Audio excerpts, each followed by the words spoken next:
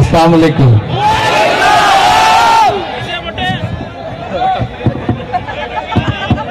हिंदुस्तान के ज्यादातर शायरों का ख्वाब हुआ करता है कि वो लाल किले से मुशायरा पढ़े, लेकिन मेरा ख्वाब था कि मैं चार मीनार पे खड़ा होकर मुशायरा करूं। आज वो ख्वाब पूरा हुआ है और उस ख्वाब को पूरा करवाने का जिसे क्रेडिट जाता है उनका नाम कविता है। और एक बदलते हुए हिंदुस्तान को आप इस तरह से भी देख सकते हैं कि जब कविता शायरी से जुड़ जाए तो शायद इससे बड़ी कौमी एकजुटता नहीं हो सकती। इसके लिए भी खासतौर से मुबारकबाद डिप्टी चीफ मिनिस्टर साहब को, महमूद साहब को बहुत मुबारकबाद। टीटीवी के अपने तमाम दोस्तों का बहुत शुक्रिया जिन्होंने जिद करके आज मुझे बुलवा लिया, हुक्म दिया कि आपको आना है और मैं हाजिर हुआ। जिन चीजों के लिए या तो बहुत बदनाम हूं या बहुत मशहूर हूं, कोशिश करता हूं कि थोड़ा थोड़ा वो सब भी आपको सुनाऊं। इधर भी जो लोग बैठे हैं बहुत बड़ी भीड़ है। पहला ऐसा मुशायरा है जिसमें चौतरफा भीड़ दिखाई पड़ रही है। इधर भी लोग हैं, इधर भी हैं, इधर भी हैं। अमूमन सिर्फ सामने हुआ करते हैं।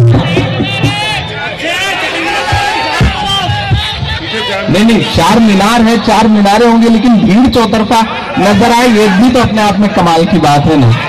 आइए चार मिनटों से अपनी बात की शुरुआत करता हूं। आने वाले वक्त में किसी भी ढाबे पर, किसी भी रेस्टोरेंट में, किसी भी मुशायरे के आसपास कोई बच्चा चाय बेचता हुआ दिखे तो उसे पकड़ के बिठा लीजिए ताकि आने वाले वक्त में देश का मुस्तकबिल न खराब कर सके। मैं चार मिसरे पढ़ता हूं साहब कि यार कितना हमें बर्बाद करोगे साहिब। हम नजीब का मातम करते रहे, हमें तोहफे में मिन्हाज मिला। हम मिन्हाज का रोना रोते रहे, हमें तोहफे में भोपाल मिला। हम भोपाल के लिए भी आंसू बहाते रहे। देश कतारों में खड़ा कर दिया गया, 125 से ज्यादा लोग मर गए। मैं मिसरे पढ़ता हूं, अगर सच्चे लगे तो आपकी दुआएं मिले कि और कितना हमें बर्बाद करोगे साहिब, क्या सितम और नया ईजाद करोगे साहिब, क्या सितम और नया ईजाद करोगे साहिब। खुद के औलाद नहीं है तो बताओ इतना, कितनी को बे औलाद करोगे साहिब, करोगे साहिब।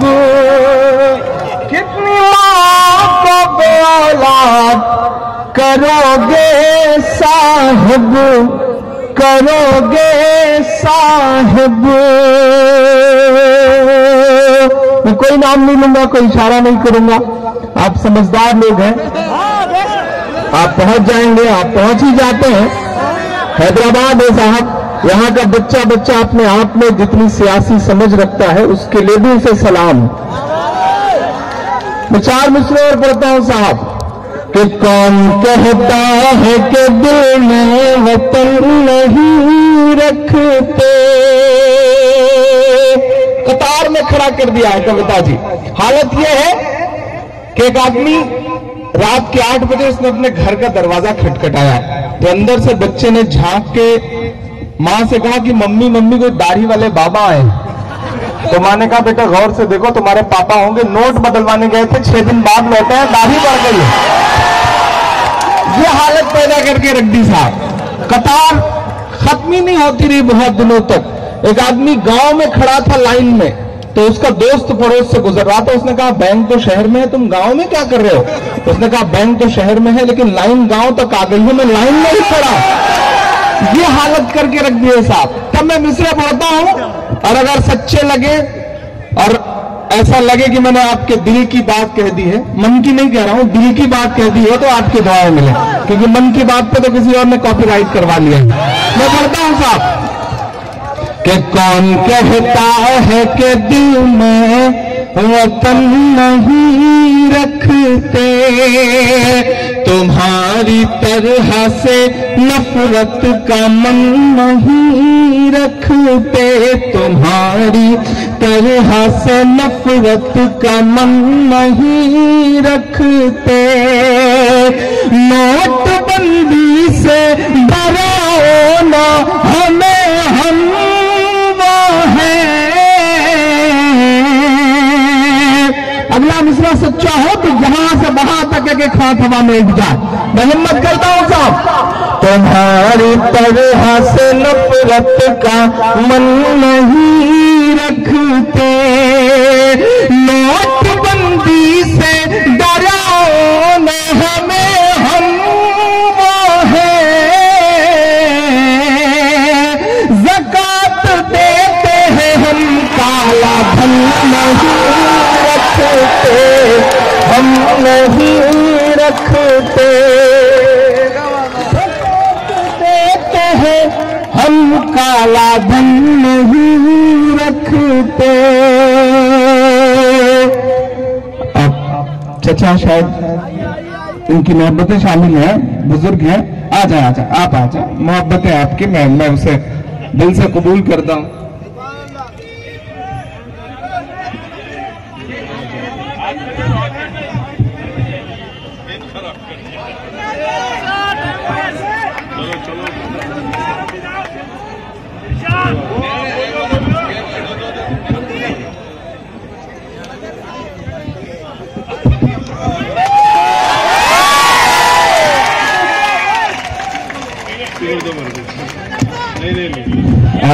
चाचा की मोहब्बतें हैं, उनकी दुआएं हैं, मैं सलाम करता हूं उन्हें। आप बिल्कुल मेरे वालिद की तरह है, वो वालिद से भी बढ़ के मैं तो कहूं दादा की तरह है। तो उनकी मोहब्बतें मिली हैं मुझे, इसका शुक्रिया अदा करता हूं। आपकी मोहब्बतें मेरी ताकत हैं। मैं दुनिया के किसी भी कोने में खड़ा होकर आपका दर्द गाता हूं तो मुझे ये एहसास होता है कि अपने घरों में बैठी हुई तमाम माएं, तमाम बुजुर्ग ऐसे हैं जो मेरे लिए नमाजों में दुआएं करते हैं। शायद मैं इसलिए गा लेता हूं उनका दर्द। बहुत शुक्रिया आपका। 4 मिसरे और पढ़ता हूं। चाय का बड़ा जिक्र हुआ है, चाय ने बड़ा परेशान किया हमारे शायरों को भी, इस मुशायरे को भी। मैं 4 मिसरे पढ़ता हूं। बड़ी हल्की फुल्की सी बात है लेकिन अच्छा लगेगा आपको। और मेरा ख्याल है कि कविता जी का पहला एक्सपीरियंस होगा किसी मुशायरे में इस तरह से बैठना। जागृति संस्था को बहुत मुबारकबाद कि उन्होंने मुशायरे के लिए एक पूरी रात खर्च की है। तो अब उन्हें सीधे सीधे गालिब की शायरी सुनाई जाए तो वो समझ भी नहीं पाएंगी। मुझे लगता है कि शुरुआत हम जैसे बच्चों से हो, फिर धीरे धीरे इंशाल्लाह अच्छी शायरी भी समझने लगेगा। मैं 4 मिसरे पढ़ता हूं साहब। कि चाय चाय करते थे 2014-2016 बीतते बीतते टोन बदली कैसे है साहब? जो टोन बदली है मैं उसे बस 4 मिसरे में पिरो देता हूं और अगर सच्चे लग जाए तो आपकी दुआएं मिल जाए मुझे। मैं पढ़ता हूं साहब कि चाय चाय करते थे गाय गाय करते हैं, चाय चाय करते थे। भाइयों बहनों, मेरे दलित भाइयों को कुछ मत बोलो, मुझे गोली मार देना। मैं मिसरा पढ़ता हूं साहब कि चाय चाय करते थे गाय गाय करते हैं, चाय चाय करते थे गाय गाय करते हैं। जागे हैं दलित जब से हाय हाय करते हैं, जागे हैं दलित जब से हाय हाय करते हैं। वो वहां खड़े होकर बोलते हैं, मैं यहां खड़ा होकर बोल रहा हूं और आपकी दुआएं शामिल होंगी तो इंशाल्लाह ये मिसरे कबूल जरूर होंगे। मेरे दिल की दुआ है और बहुत सच्चे से मिसरे हैं कि जागे हैं